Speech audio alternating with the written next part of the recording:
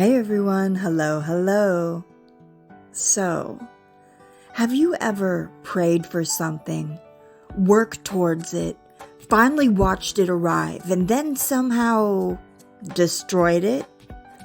The relationship collapses, the money slips through your hands, the opportunity fades, and the discipline disappears.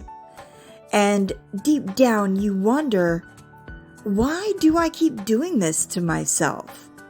Well, today we're diving into a powerful and uncomfortable truth: spiritual self-sabotage, the unconscious force that causes us to ruin our own blessings to maintain a false sense of safety. In many spiritual traditions, this pattern isn't just psychological, it's energetic, it's karmic.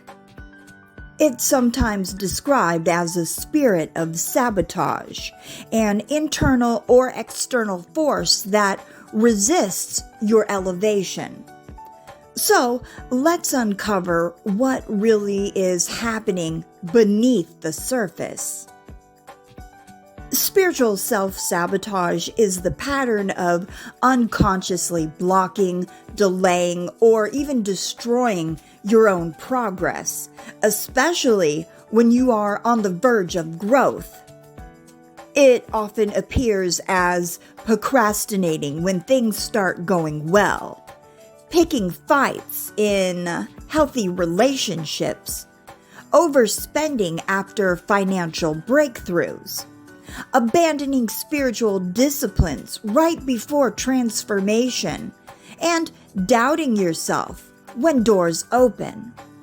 It feels irrational because it often is. But spiritually speaking, it is not random. Self-sabotage is usually rooted in identity conflict. Your life begins to expand beyond what your nervous system or subconscious believes is safe, and the ego panics. At the core of many sabotage patterns is one painful belief: I am not worthy. This belief may not be conscious. It can stem from different things like childhood neglect or criticism, religious conditioning that emphasized sin over grace, past failures or trauma, and repeated rejection. When success, love, or abundance arrives, it clashes with that inner narrative. The subconscious says, "This isn't for you," and it quietly orchestrates collapse. You may miss deadlines, stop communicating, engage in destructive habits, and attract chaos, because chaos feels familiar, and familiarity feels safe. Growth is spiritually beautiful, but neurologically terrifying.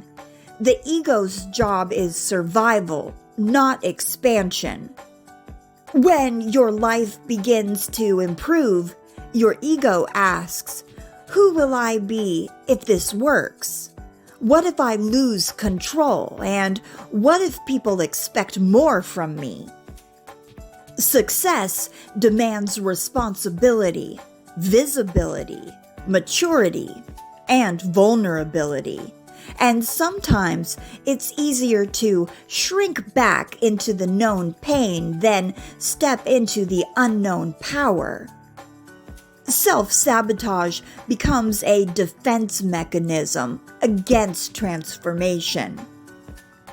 Another subtle cause is spiritual pride or blindness. This looks like refusing accountability, blaming others for repeated patterns, believing "I'm already healed," and ignoring constructive feedback. When pride blocks self-awareness, sabotage becomes cyclical. You cannot change what you refuse to see. Spiritually, humility is not humiliation, it is clarity. And clarity breaks sabotage. Many people unconsciously punish themselves. Hidden guilt says, you don't deserve happiness. You need to suffer. You must pay for your past, even if the past has already been forgiven. This is especially common in people who survived trauma, grew up in strict moral environments, and made choices that they regret deeply. Success can trigger shame. Joy can feel unsafe. So the unconscious creates loss to restore the emotional equilibrium of suffering. It's not logical, it's emotional programming.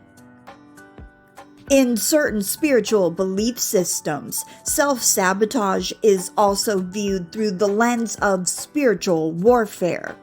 The spirit of sabotage is described as an influence that targets potential, disrupts peace, creates confusion at breakthrough moments, magnifies insecurity, introduces temptation right before elevation. Notice the timing? Right before promotion, right before marriage, right before healing, right before purpose activation. Whether interpreted psychologically or spiritually, the pattern is the same. Resistance increases when destiny approaches. The key question becomes, is this my wound speaking or something opposing my growth? Discernment is crucial. Self-sabotage also grows when we are spiritually depleted. When we feed ourselves constant comparison, anger, greed, envy, negativity, we become spiritually malnourished. Just as the body weakens without nutrients, the spirit weakens without alignment. Without spiritual grounding, lower impulses dominate. Impulsivity, addiction cycles, emotional reactivity, and self-destructive decisions.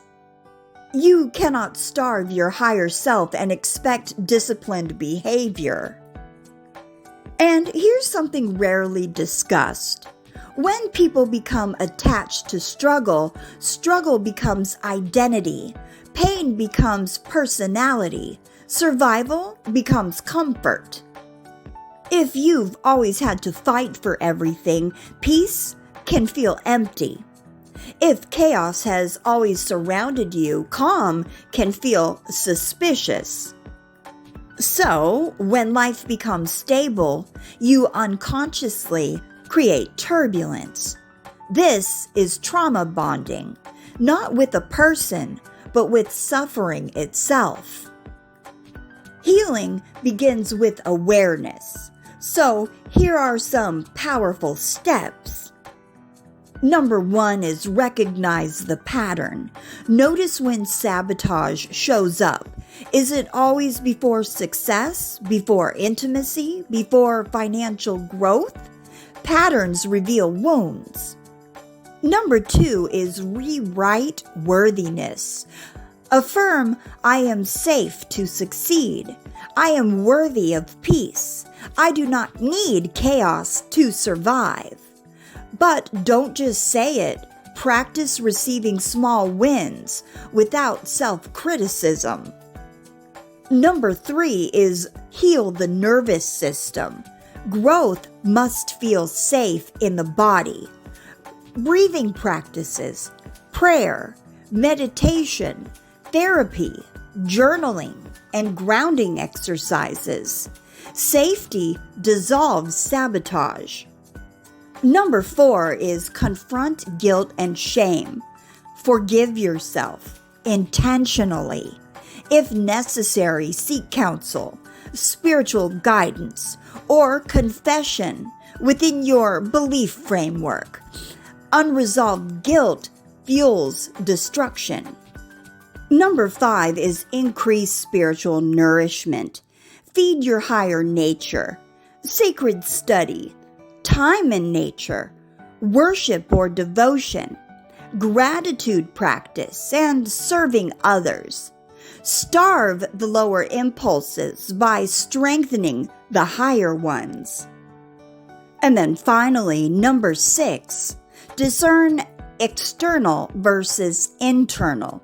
If you believe in spiritual warfare, pray or set protective intention, but also take responsibility. Not every attack is external. Sometimes it's unhealed trauma. Wisdom is knowing the difference. Self-sabotage is not proof that you are broken. It is proof that a part of you is afraid. And fear can be healed. You are not meant to live in cycles of near success and sudden collapse. You are not meant to taste blessings and then destroy it. You are meant to expand, to receive, to thrive, to walk in peace without recreating chaos. So, the next time things begin to go well, pause. Notice the urge to disrupt it. And instead of acting on that urge, say, I choose to grow over fear. Because sometimes the biggest battle isn't against the world. It's against the part of you that doesn't yet believe that you deserve to win. That's it for today's video. And as always, I hope you found it entertaining, enlightening, or in some way beneficial. If you did, hit the like button, subscribe to the channel, and share the video with a friend or two. All right, everyone, take care. Peace.